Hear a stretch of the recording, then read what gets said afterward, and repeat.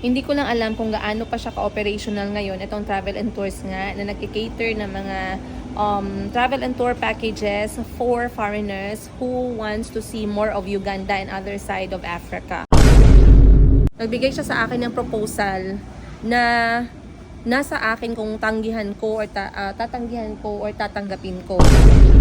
Kasi itong proposal na to ay it can either be a help or it can be a chaos.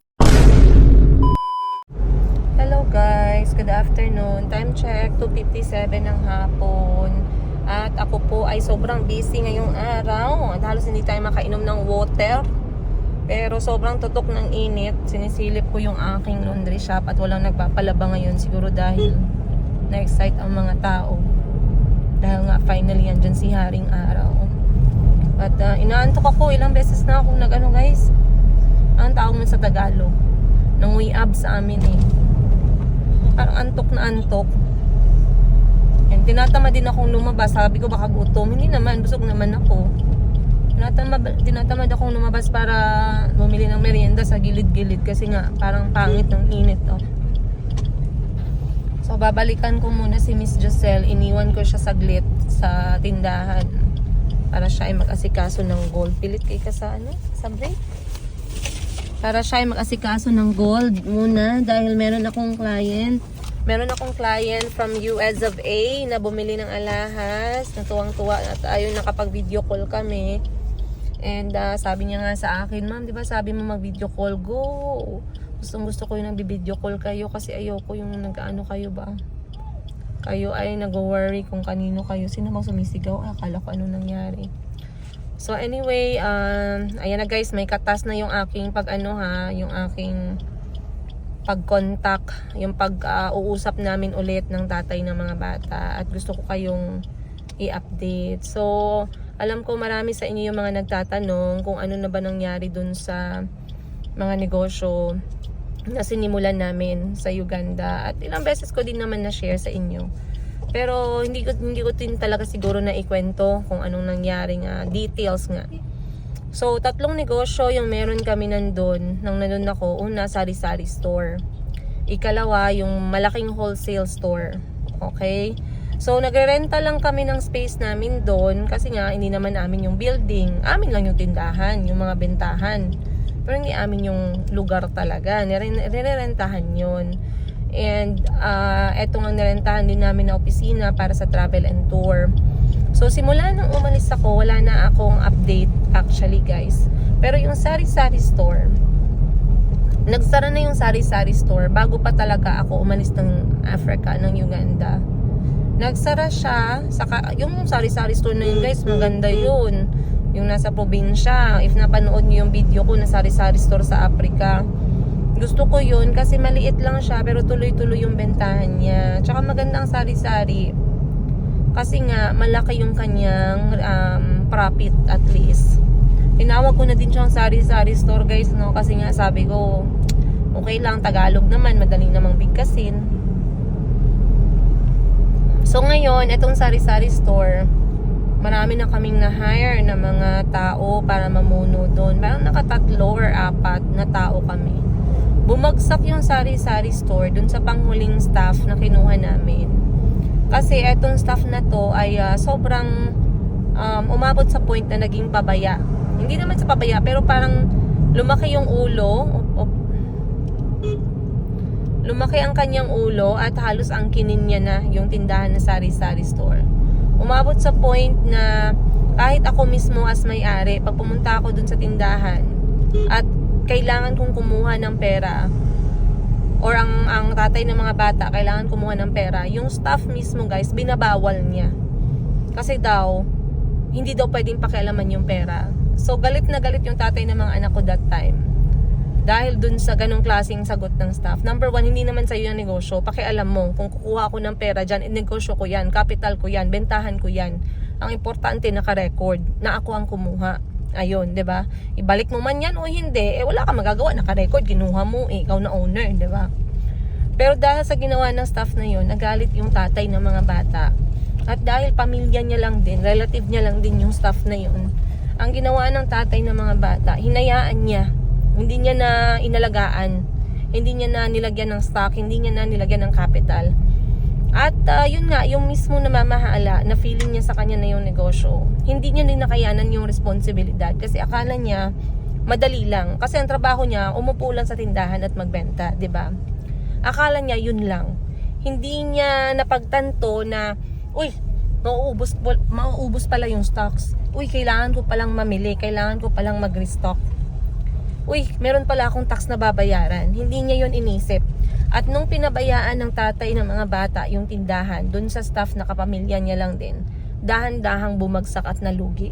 In short, nagsara yung sari-sari store. Okay? Ikalawang negosyo is etong wholesale store sa Uganda. So, mga 1 taon ko din ginapang, guys.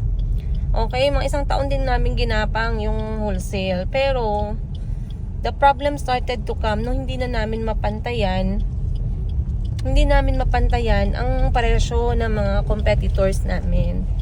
Ang problema kasi sa wholesale store, guys, maliit lang yung profit.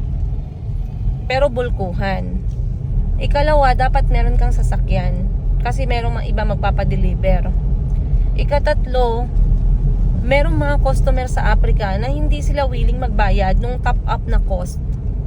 Katulad ng gasolina, delivery fee, ganun. Ayaw nila.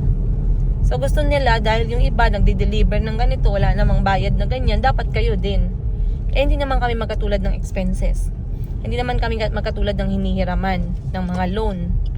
So sabi ko, nung nag 1 year na siya, sabi ko sa tatay ng mga bata, mahirap ang negosyo na to. Ngayon, yung loan natin na hindi nababayaran, okay? Tapos mas lalong lumalaki yung loan kasi kailangan mong kumuha ng more items. Pero yung benta mo, binabayad mo din sa expenses mo. For example, yung renta, yung pasahod, pagkain, gasolina. So halos lahat ng iyong benta napupunta dun sa pangtapal sa mga expenses. Ang nangyayari, wala ka nang mairolling. Ang nangyari, uutang ka na naman or maglalagay ka na naman ulit ng capital. So hanggang mauubos ka or kung utang lahat yung gagawin mo, malululong ka talaga sa utang. So 1 taon ginapang yung wholesale business na yun, guys. Ako lang nakakakita ng performance nun kasi ako lang naman ang nakaupo dun, wala namang iba. So lagi kong kino-communicate sa tatay ng mga bata, mahirap yung negosyong to. Habang hindi pa tayo masyadong lulong, pwede pa nating igapang to ng 1 taon pa. Pero sinasabi ko sa'yo, talagang malululong tayo sa utang pag hindi natin to tinigil. Dahil mahirap ang negosyong wholesale kahit saan, lalong-lalo na sa Africa. Okay? So umalis ako, pinagpatuloy niya ata yung negosyo doon, pero I believe bumagsak din siya kalaunan kasi wala siyang makitang taong mapagkakatiwalaan. Kasi, saging. Oo, mama po, ganahan siya ato. Bili lang muna kami ng saging, guys, and then we will talk about the travel and tour na negosyo. A few moments. So ngayon, pagdating naman sa sa travel and tours, sana ba tayo? Okay, dun sa wholesale shop. So, etong wholesale shop, pag alis ko dun, guys, madami pang, thank you. 42. 7 times 6, 42. Tama. Very good ka. Salamat, ha. Kain muna tayo nito, guys, and then chikahan tayo.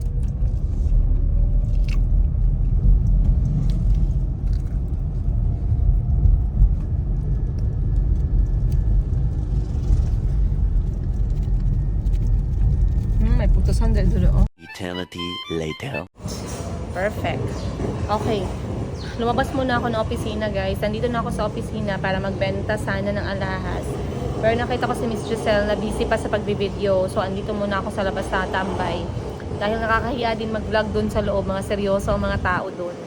At sila ay, alam niyo naman, kapag opisina, dapat tahimik ang all. Pero anyway, I wanted to talk to you kasi nag-usap kami ng tatay ng mga bata. Ngayon, I just came to realize na operational pa pala itong negosyo na sinimulan namin together. Ito ang travel and tours na yung tinatrabaho ko when I was there. Tapos, sinabi niya sa akin na operational pa nga itong, akala siguro nung babaeng nakakita sa akin para akong tanga, guys. Kasi nilagay ko yung cellphone dito. Baka hindi niya kita, baka akala niya kausap ko motor. Ayan o. Baka sabi niya, parang nagutuman to si ate, kinakausap yung motor. But anyway, I was saying, hindi ko lang alam kung gaano pa siya ka-operational ngayon, itong travel and tours nga, na nagki-cater ng mga travel and tour packages for foreigners who wants to see more of Uganda and other side of Africa. So yun yung ginagawa ko dati, na nabalita pa nga ako sa GMA during that time. Dahil in interview, then finiture ako nila Kim at Yensa, ayan, sa kanilang show sa GMA. So ngayon, pagkaalis ko, the last thing I remember when I left is I was supposed to meet few clients. Kasi if there's one thing about about people who wants to travel in Uganda, I don't want you to get the wrong idea ha. Pero most of the time, mas marami akong client na gusto nilang kaharap yung foreigner din. Parang mas at ease sila ba. So ako talagang namimit ko mga client, both Ugandans at saka both mga foreign na gustong mag-avail ng packages. Before I left Uganda, nagkuha ng office yung tatay ng mga bata. Kumuha siya ng office para sa travel and tour. Nag-fully furnished, naglagay ng table kasi nga mas maganda pag may opisina, no? Yung may pupuntahan yung mga kliyente, alam nila kung saan magmi-meeting, ganun. Talagang iba pa din talaga pag may sariling office, yung isang travel and tour. Pagkaalis ko, I'm sure they are still trying to take care of that negosyo. Pero I just came to realize, ngayon lang din, na nag-usap kami ulit. Minsan, hindi ko nga alam kung natatawag ko sa kanya kasi parang mabigat naman sa loob ko na tawagin siyang tatay ng mga bata kasi hindi naman siya tatay. Lalaki lang. Ang lalaking to? Ano ba? Parang hirap. Ano ba pwede itawag? Ayoko namang banggitin yung apelyido, ayoko namang banggitin ang pangalan. But anyway, operational pa daw. So ngayon, nagbigay siya sa akin ng proposal. Okay? Nagbigay siya sa akin ng proposal na nasa akin kung tanggihan ko or tatanggihan ko or tatanggapin ko. Kasi itong proposal na to ay it can either be a help or it can be a chaos. So dalawa. Either matutulungan ako ng proposal niya or mas magiging magulo yung sitwasyon dahil sa pagtanggap ko sa proposal niya. Alright? So ngayon, sabi niya, ang kanyang proposal nga ay mag-collab kami together para sa itong negosyo na to. Itong negosyo na travel and tour. Ang mangyayari, parang magdadala ako or ako ulit yung magiging marketing Asian marketing. Ako yung assigned sa pag-market ng travel and tour packages dito sa Asia na pumunta nga sa Uganda or sa ang sulok ng Africa. And etong travel and tour na company nga ito ang magko-cover ng kanilang or mag-host or magpe-prepare ng kanilang total package. Ganun yung mangyayari. So this is not the first time no na nagkaroon ng ganitong klaseng proposal. Actually, it was proposed bago pa ako umalis ng Uganda. Pero hindi ko talaga makita yung sarili ko na magsama pa kami kahit sa trabaho. So nung panahon na yun, tinanggihan ko talaga siya. This time around na inulit niya ulit yung proposal, hindi ako sumagot.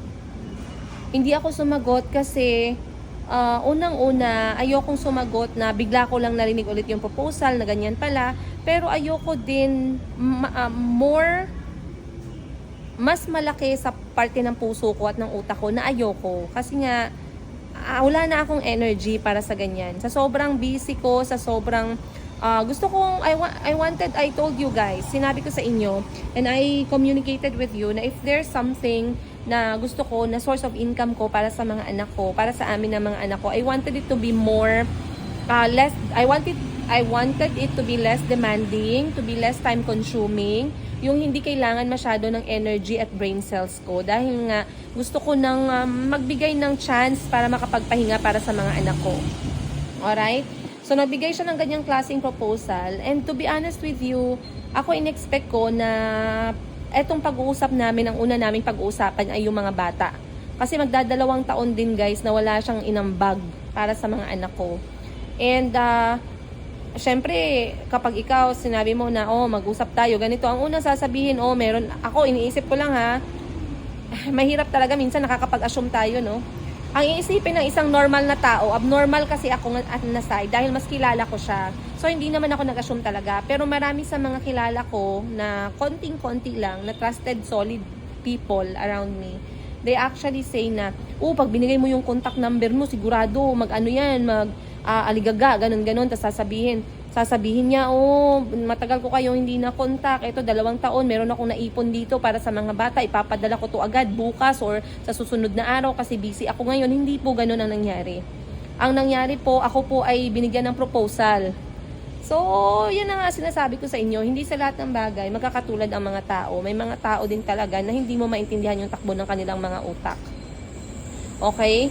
So, ngayon, hindi ko sinagot yon kasi sabi ko nga sa kanya, ang pag-uusap namin, mas prefer ko na mag-usap kami tungkol sa mga bata. Hindi muna sa ibang bagay. Hindi tungkol sa kanya, hindi tungkol sa akin, kundi tungkol sa mga bata. Alright? And to be honest with you guys, pinadalhan niya ako ng picture. Actually, hindi ako masaya na may picture na pinadala sa akin. For what? Alam ko yung itsura mo. Hindi ko kailangan ng picture mo. Ang kailangan ko ang pag-uusap tungkol sa kung paano mo ibubuhayin yung kaluluwa mo dito sa utak ko dahil hindi ka nga nag-aambag. Ganon. So, hindi ko alam. Ako, okay guys. If there's something that I would like to tell you, I would say na I know what is happening here. I understand what's happening here. But I am trying to be patient at maging humble para sa mga anak ko. Okay? I don't want na pangunahan ng aking galit at hatred itong magiging desisyon ko. Pero yun ang aming pag-uusap. Yun muna yung pinag-usapan para sa ganong klaseng negosyo. So, ayoko munang magsalita kasi sabi ko, unless ang pag-uusapan natin ay tungkol sa mga bata at paano mo sila, paano ka magpo-provide para sa kanila after 2 years, then mayroon tayong pag-uusapan. So sa ngayon, hindi ko muna siya nire-replyan kung ano yung mga sinasabi niya na mahahabang salita. Hindi ko muna nire-replyan kasi nga isa lang naman yung instruction ko. Mag-usap, kung ang pag-uusapan natin ay itong mga bata at paano ka makakapag-provide sa kanila, you have all my attention. You have my ears. I'm going to talk to you. Pero kung ibang bagay, wala akong energy para dyan sa ngayon. Wala akong energy sa kung anong klaseng proposal sa negosyo, na doon nakabase sa Africa. Wala akong energy sa kung ano-anong bagay, sa picture na pinapadala. Wala akong energy para dyan. Wala din akong ganang tumingin dyan. Ano ba yan? Anong klaseng picture ba yan? So, yeah, yun ang nangyayari guys. Pero, I promised myself that I will try my best. Maybe I'm not trying hard enough to, na magkalma. Para nga, mas maayos yung pag-usap. Pero mali kasi yung intro eh. Ano ba yan? May langaw. Mali kasi talaga yung intro. Kaya hindi ko siya talaga mabigyan ng atensyon sa ngayon. So anyway, I would like to titingnan natin kung ano yung magiging progress as days goes by. As days go by, titingnan natin kung ano yung magiging progress. Pero sa ngayon, I don't see myself na pumasok ulit sa negosyo kung saan magsasama kami dalawa. Hindi ko siya nakikita talaga. And I would love to do what I'm doing right now. At ang rason kung bakit ako pumayag na mag-contact ulit siya sa amin, hindi ko pa nakikita, hindi ko pa naririnig, hindi ko pa nararamdaman. Okay? So, unless nakita ko, naramdaman ko, naririnig ko, then I'm sure magkakaroon kami ng fast progress about sa mga bagay-bagay. Pero sa ngayon, wala muna. Wala muna, guys.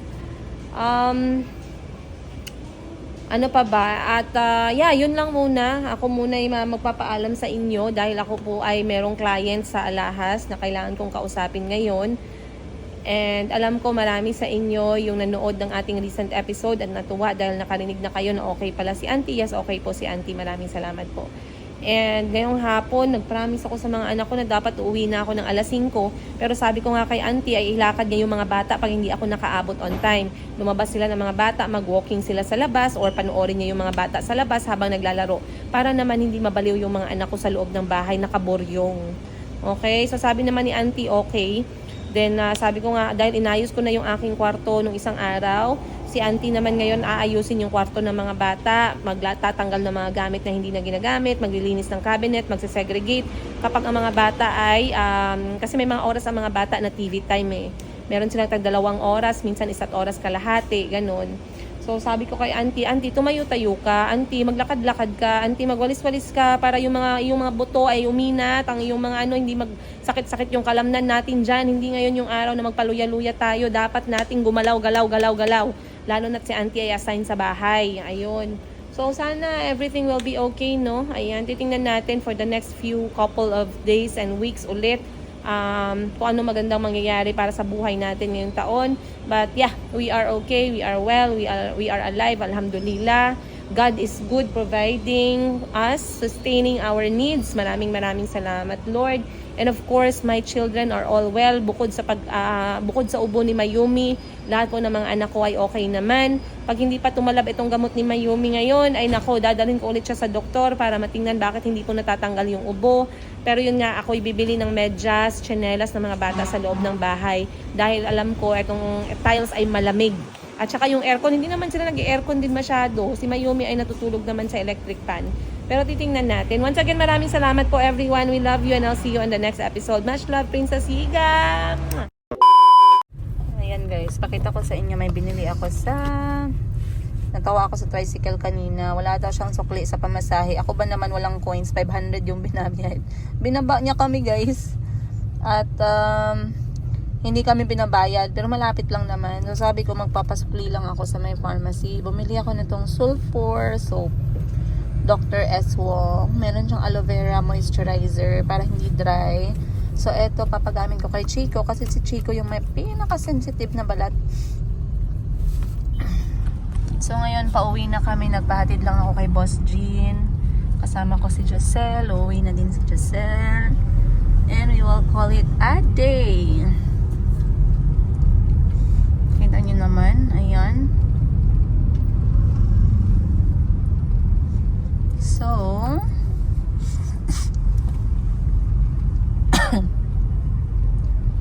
dito natin ibababa si Miss Giselle. Dahil, bakit ang daming ngayon, no? Traffic, oh. Ulian na sa work. Anong ano ba to? Anong police station yan? 3. Papa 3. Papa 3. Bili lang ako ng itlog para may pang breakfast. Bye-bye. Ingat. Nandiyan na sa'yo ang susi, di ba? Okay. Bye. Daw magamit pa ba tong power bank sa Type-C? Dili na no. Nagubang iyang ano. Pero basi mamala pa di ay. Kung ilagay sa bigas. Pwede pa to? Thanks. Alis na tayo. Ano pala to siya? Halal. Anti-parasitic and antifungal. Ay, antifungal. Ay, nahulog. Uwi na ako. Alam ko, inaantay na ako ng mga bata. They're supposed... Oh, stop naman. Glow na di ay.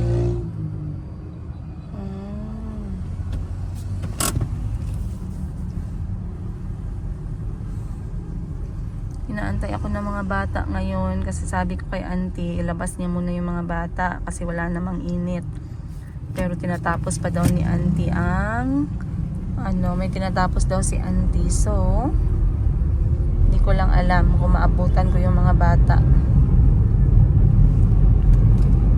Let's go. In here. Sorry. Why? Why did you fight? I did not do anything to him, then he just kicked me. Sorry. Will you take me to the doctor and the doctor will scan me? Okay, I'll scan first as a mother, okay? Okay.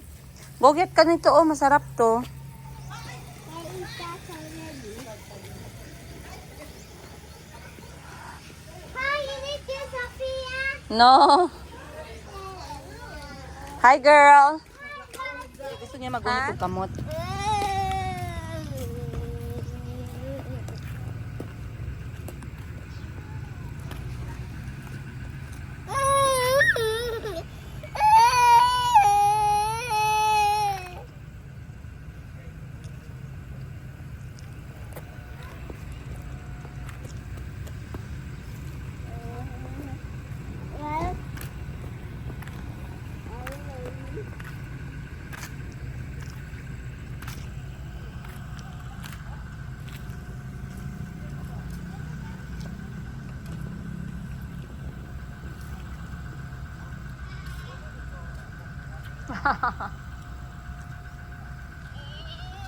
Saan si Chico? Ha? Nak, saan si Chico? Mom, look at me. I'm so awesome. Hmm. Look at me. I'm so awesome when I get through the bubble. Oh, wait, that wasn't awesome. Aha. That was still not awesome because I did.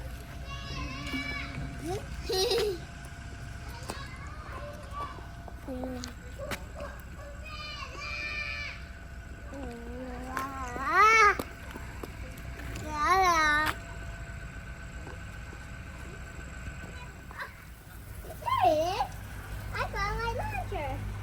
My launcher was here. No TV ha. Huwag mag-watch TV ha. Okay.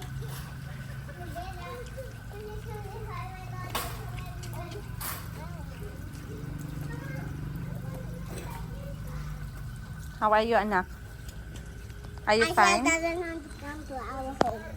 Are you fine? High five, mama. I'm fine. Okay, high five ako. Did you eat today? Mm-hmm. Did you be a good boy? I have egg sauce and an egg. Wow, yummy. Onion. Did you enjoy? Rice. Rice too? Very good. Did you sleep? Oh, careful, maipit ang kapatid mo. Where's Bella? Bella, stay up. Yeah, I can see Bella. Diba, Mayumi? Mayumi likes to eat apple. Calby too. Chico too. Hi viewers, I have a broken. Okay lang yan. Chaka. Don't worry, okay? Subscribe on the channel. Ha? Subscribe into the channel. Tutay in the channel. What? Subscribe in the channel. Subscribe in the channel pala.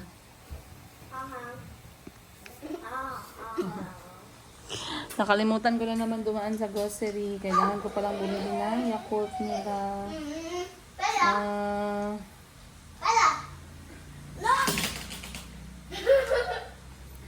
Nandito na ako sa bahay.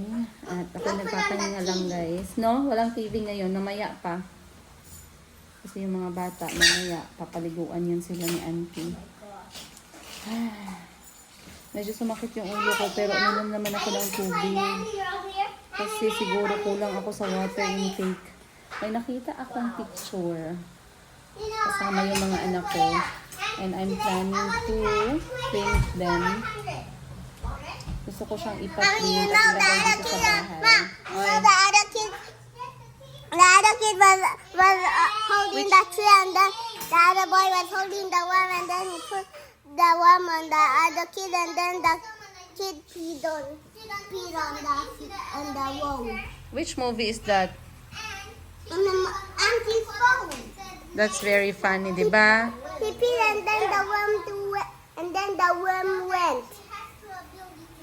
No, the other boy pooped on his bed. He did. And then he. That's so funny. Then you know the other kid pooped on his bed. He pooped on his bed. He did not shower pa. That is strong. Calby, close the bedroom door muna, Beke. It's not yet done. Bella, let's use strong. Look at this. Calby, close the bedroom door. Both of them. Sige na, anak. Yeah, bubble. Bubble. Mayumi, what are you eating? Hey, Bella, what is happening in this world? And I'm gonna do. This is a distractor. It's like 4-star walking. Mayumi, pika. And Peekaboo. 1-star extract. Peekaboo. And Mayumi, do it too. we also have 5-star Peekaboo. stamina. And he stopped with look at this, Bella. 2-star stuff. 2-star stuff. And what else? Ang mukha, ang mukha.